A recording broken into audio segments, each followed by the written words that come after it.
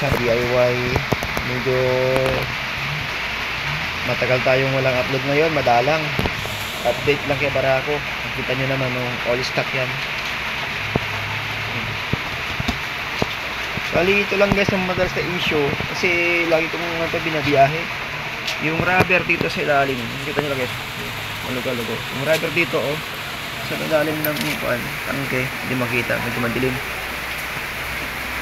Nakadalawang palit na ako. Siguro ilang 2 to 3 months lang.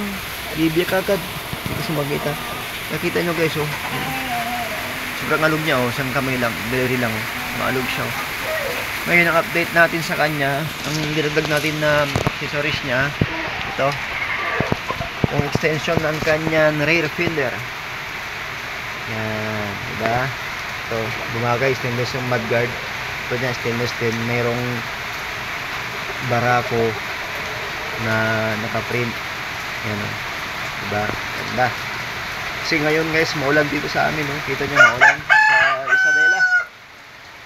Yan, sa mga makapanood ng videos ko, yung truck namin guys, pag nakita nyo kami sa Biskaya, yan ng truck ko. Yan. So, walang linis-linis, So, yung motor ko guys, kunting kimpot na lang, matapos na. 8 months, so kanto guys, 8 months na lang. Ibig sabihin 28 months, 26 months kung nagamit. Ito yung takbo niya guys, nakita. Takbo niya ay i-flash natin.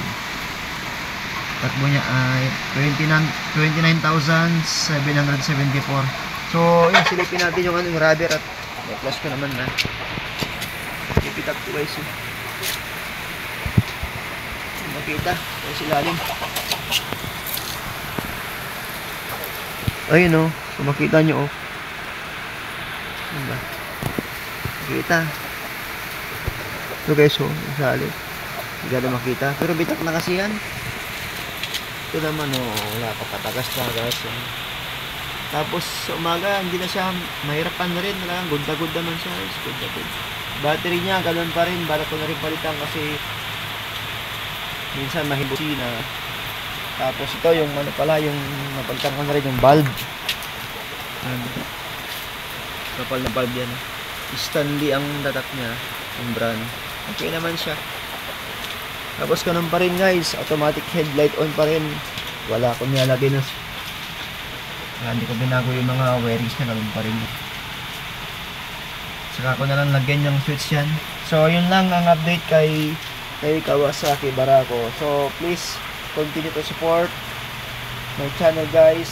Sa nakapanood dito na ngayon lang napadalaw sa aking channel, please sub, share, and click the bell button para kayo ma-notify sa mga ibang videos ko.